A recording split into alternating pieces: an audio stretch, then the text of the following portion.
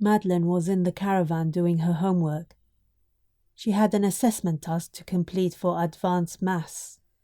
Zol was hunched over his laptop in the living room, the only part of the house in range of the modem. He'd been sitting on my sofa for the greater part of every evening for weeks, a behemoth occupying my space. He stroked the mousepad with the index finger of his thick, hairy right hand, his fingernails filled to rounded points. He was impossible to like.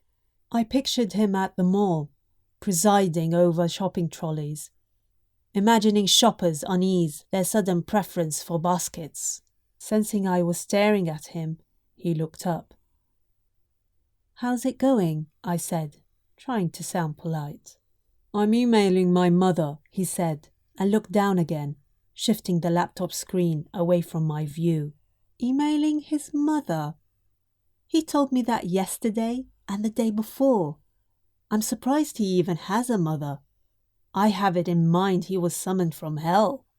The following morning, I watched Madeline walk to the gate, hand in hand with Zol. His laptop was still plugged into the wall behind the sofa. The green light below the mousepad flickered. He hadn't shut it down.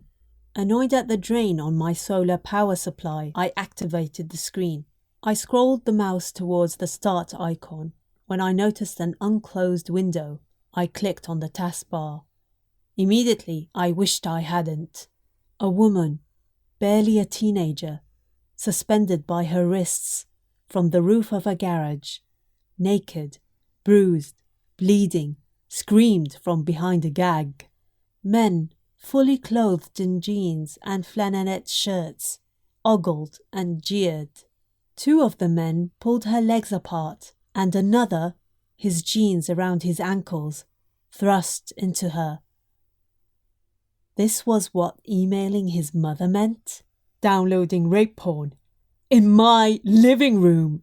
I curbed an impulse to hurl the laptop over the back fence, leaving it exactly as I found it. I grabbed my car keys and drove into town. I'd go to the library, the gallery, a cafe, the park, anywhere beyond the reach of Zol's sick perversions.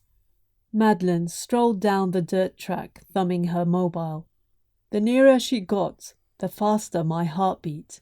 I had to find out if she knew. If she didn't, then maybe it would be reason enough to dump him. If she did, then I wasn't sure I wanted either of them in my house. I confronted her the moment she entered the kitchen door. She followed me to the sofa. I stroked the mousepad to activate the screen. "It's RapeTube," she said, flatly. "You know about this?" She didn't answer.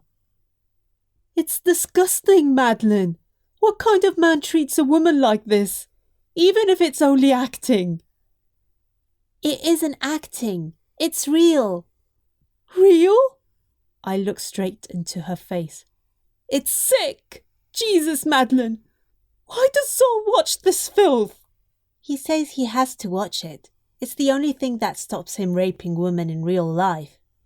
"And you're fine with that?" She avoided my gaze, hunched her shoulders in a sullen shrug, and walked to the kitchen. I followed her. "Don't walk away from me!" "My maths assessment is due in tomorrow," she said dismissively. "I'm going to the caravan." I couldn't contain myself. "The caravan? How can you do homework in there? It's a torture chamber!" She turned to face me. "You've no right to go in there." "No right? This is my house! What right do you have to hang handcuffs, whips, clamps, and whatever that brittle thing is from my curtains?" "Brittle?" She laughed at me, mockingly. "It's a ring gag. The ring part keeps your mouth—" "I don't want to know. It's obscene!" "It's no big deal." "No big deal? Are you crazy?" "I love Zol and he loves me. The rest is none of your business." She grabbed her school bag, flung open the kitchen door, and slammed it behind her. My mind whirled. Had I taken things too far? She'd always been volatile, marching off with her fists clenched, bottom lip thrust forward. I couldn't countenance losing her again. I'd comfort her, reassure her, try to placate her, but I would never sanction this beast of a boyfriend.